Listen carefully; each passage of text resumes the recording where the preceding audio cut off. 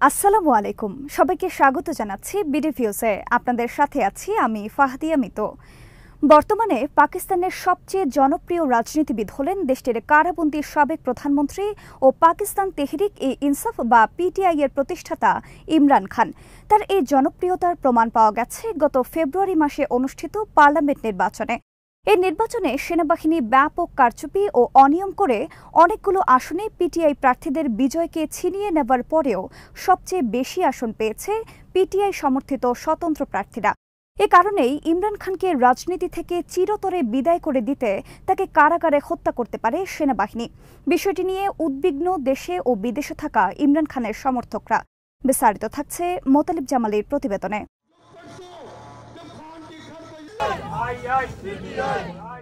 মার্কিন সিনেটের সংখ্যাগরিষ্ঠ দলের নেতা ও ডেমোক্রেটিক পার্টির প্রভাবশালী আইন প্রণেতা চাক শুমার পাকিস্তান সরকারকে সতর্ক করে দিয়ে বলেছেন, দেশটির কারাবন্দী সাবেক প্রধানমন্ত্রী ইমরান খানের জীবনের নিরাপত্তা যুক্তরাষ্ট্রের কাছে সবচেয়ে বেশি গুরুত্বপূর্ণ।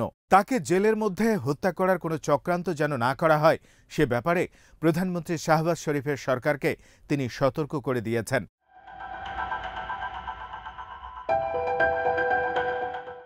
গত মাসের শেষ দিকে যুক্তরাষ্ট্রে নিযুক্ত পাকিস্তানি হাইকমিশনারের সাথে অনুষ্ঠিত এক বৈঠকে চাক শুমার এই হুঁশিয়ারি দেন। তাদের এই বৈঠক সম্পর্কে অবহিত একাধিক সূত্র সংবাদ মাধ্যম দ্য ইন্টারসেপ্টকে বিষয়টি নিশ্চিত করেছে।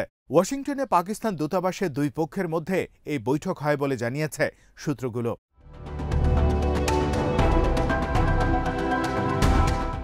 ইমরান খানকে 2022 সালের এপ্রিল মাসে পার্লামেন্টে অনাস্থা ভোটের মাধ্যমে ক্ষমতাচ্যুত করে বিরোধী দলগুলো। তবে ক্ষমতা হারানোর আগে বিরোধী দলের পেশ করা অনাস্থা প্রস্তাবের মাধ্যমে তার জোট সরকারকে উৎখাতের জন্য বিদেশি শক্তির ষড়যন্ত্রে জড়িত বলে অভিযোগ করেন ইমরান খান। আল্লাহ কে ফজল সে জিত চুকে হ্যাঁ। 2022 সালের মার্চ মাসের শেষ দিকে জনগণের উদ্দেশ্যে দেয়া এক ভাষণে এই অভিযোগ করেন ইমরান খান। বিদেশি শক্তি বলতে তিনি যুক্তরাষ্ট্রের দিকেই আঙ্গুল তুলেছিলেন, আর সেই সময় ইমরান খানকে হত্যার পরিকল্পনা করা হচ্ছে বলে দাবি করেছিলেন পিটিআই নেতা ফয়সাল ভাওদা। 2022 সালের 30 মার্চ সন্ধ্যায় দেশটির একটি টেলিভিশন চ্যানেলকে দেয়া সাক্ষাৎকারে তিনি এই দাবি করেন।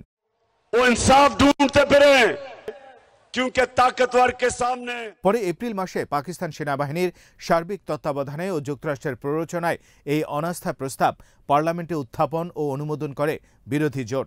তবে ইমরান খানের সেই অভিযোগ সম্পর্কে যুক্তরাষ্ট্র বলেছে, এই অনাস্থা ভোটের পেছনে তাদের কোনো হাত নেই, এসব অভিযোগ একেবারে ভিত্তিহীন। 9th of April 2022 ইমরান ক্ষমতাচ্যুত হবার পরই সেনাবাহিনীর প্রভাবেই আদালত ইমরানকে কয়েকটি সাজানো মামলায় 30 বছরের বেশি কারাদণ্ড দিয়েছে। এখন আশঙ্কা করা হচ্ছে সেনাবাহিনী কারাগারেই বিষ প্রয়োগ করে অথবা অন্য কোনোভাবে হত্যা করতে পারে। সেই আশঙ্কা থেকে যুক্তরাষ্ট্রে পাকিস্তানি বংশোদ্ভূত মার্কিন নাগরিকরা ইমরান খানের জীবন রক্ষায় ভূমিকা রাখতে সিনেটর চাক শুমার সহ অন্যান্য ডেমোক্র্যাট নেতাদের প্রতি অনুরোধ জানিয়েছেন।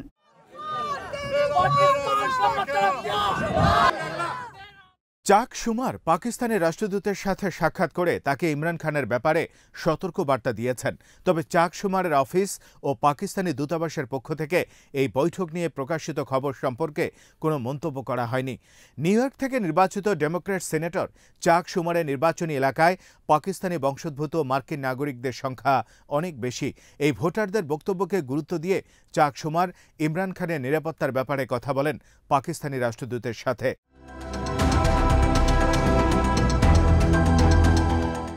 দ্য ইন্টারসেপ্টের প্রতিবেদনে বলা হয়েছে, পাকিস্তানে মুসলিম লীগ নওয়াজের নেতৃত্বাধীন বর্তমান জোট সরকার ও সামরিক বাহিনী ব্যাপক মানবাধিকার লঙ্ঘন করছে। নির্বাচন পরিচালনা উপলক্ষে গঠিত তত্ত্বাবধায়ক সরকার এবং সেনাবাহিনী নির্বাচনের সময় ইমরান খান ও তার দল পাকিস্তান তেহরিক-ই-ইনসাফ পিটিআইকে নির্বাচন থেকে দূরে রাখতে দলটিকে নির্বাচনে অযোগ্য ঘোষণা ও দলীয় প্রতীক ক্রিকেট ব্যাট বরাদ্দ দেয়া হয়নি। পিটিআই নেতাকর্মীদের উপর ব্যাপক জুলুম নির্যাতন চালানো হয়, কিন্তু এরপরও দলমত নির্বিশেষে সাধারণ ভোটাররা স্বতঃস্ফূর্তভাবে কেন্দ্রে এসে পিটিআই সমর্থিত স্বতন্ত্র প্রার্থীদেরকে ভোট দিয়ে বিজয়ী করেছেন। কিন্তু সেনাবাহিনী ইমরানের দলের প্রার্থীদেরকে সরকার গঠনের সুযোগ না দিয়ে মুসলিম লীগ নওয়াজের নেতৃত্বে কোয়ালিশন সরকার গঠনে সহায়তা করে।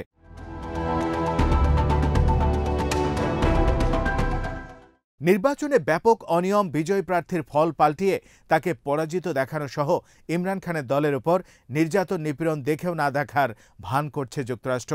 এই পরিস্থিতিতে যুক্তরাষ্ট্রে বসবাসরত পাকিস্তানিরা কারাবন্দী ইমরান খানের জীবনের নিরাপত্তা নিয়ে শঙ্কিত।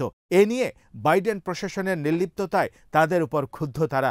তাদের এই ক্ষোভের কথা তুলে ধরেছেন ক্ষমতাসীন ডেমোক্র্যাট নেতাদের কাছে।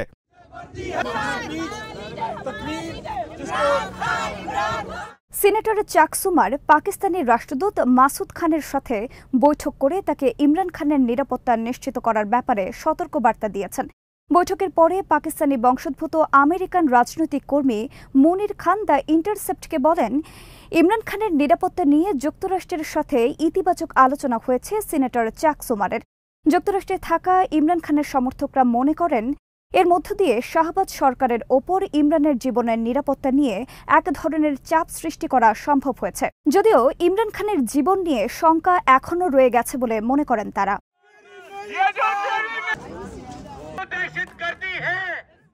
দুর্নীতির যেসব অভিযোগে ইমরান খানকে সাজা দিয়ে কারাগারে পাঠানো হয়েছে তা যে রাজনৈতিক উদ্দেশ্য প্রণোদিত এ ব্যাপারে কোনো সন্দেহ নেই।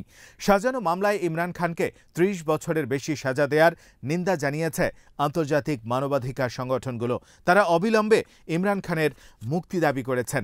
পরে অবশ্য যুক্তরাষ্ট্র ৮ই ফেব্রুয়ারির পাকিস্তানের নির্বাচনে ব্যাপক অনিয়মের সুষ্ঠু তদন্ত করার দাবি জানিয়েছে।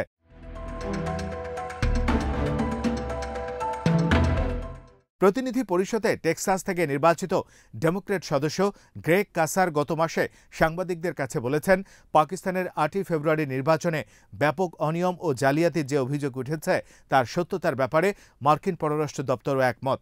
সেই নির্বাচনের ফল ঘোষণার পর গঠিত নতুন সরকারকে স্বীকৃতি না দিতে গ্রেগ কাসার ও অন্যান্য সংসদ সদস্য বাইডেন প্রশাসনের প্রতি আহ্বান জানিয়েছিলেন। কিন্তু পাকিস্তানে নিযুক্ত মার্কিন রাষ্ট্রদূত শাহবাজ শরীফের নেতৃত্বে গঠিত নতুন সরকারকে অভিনন্দন জানিয়ে বিবৃতি প্রদান করে।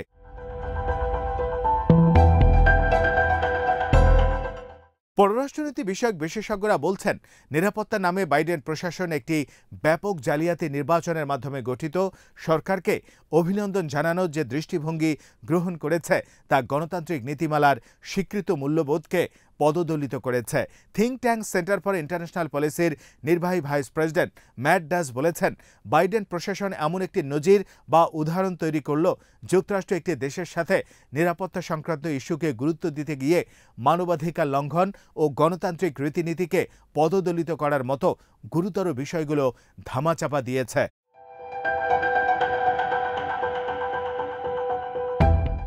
বর্তমানে রাওয়ালপিন্ডির একটি জেলে মানবেতর পরিস্থিতির মধ্যে রাখা হয়েছে ইমরান খানকে। গত মাসে তার সাথে দর্শনার্থীদের সাক্ষাৎ করার বিষয়টি হঠাৎ করেই বাতিল করা হয় ২ সপ্তাহের জন্য।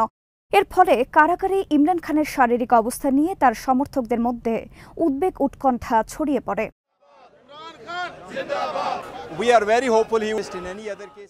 চলতি মাসের শুরুর দিকে ইমরান খানের একজন আইনজীবী অভিযোগ করেন, কারাগারে ইমরান খানের সাথে তার ব্যক্তিগত চিকিৎসককে দেখা করতে দেয়া হচ্ছে না। রাজনৈতিকভাবে উদ্দেশ্য প্রণোদিত মামলায় ইমরান খানের স্ত্রী বুশরা বিবিকেও সাজা দিয়ে গৃহবন্দী করে রাখা হয়েছে। এর ফলে তিনিও গুরুতর স্বাস্থ্য সমস্যায় ভুগছেন বলে জানিয়েছেন তার একজন আইনজীবী।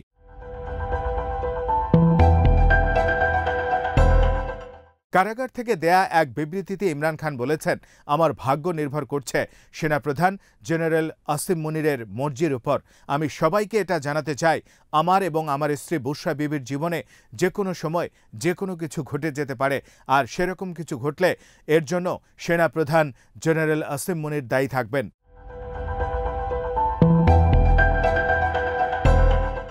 তবে কুইন্স ইনস্টিটিউটের মিডল ইস্ট প্রোগ্রামের উপপরিচালক অ্যাডাম ওয়েস্টাইন মনে করেন, চাক সুমারের মতো একজন প্রভাবশালী ডেমোক্র্যাট নেতা ও সিনেটর পাকিস্তানের দূতাবাসের মাধ্যমে দেশটির সরকার ও সেনাবাহিনীকে যে হুঁশিয়ারি দিয়েছেন, এরপর তারা আর ইমরান খানের জীবন নিয়ে ছিনিমিনি খেলার কোনো সাহস পাবে না।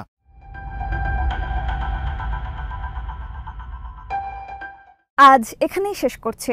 সবাই ভালো থাকুন, সুস্থ থাকুন আর দেখতে থাকুন বিডি ভিউজ।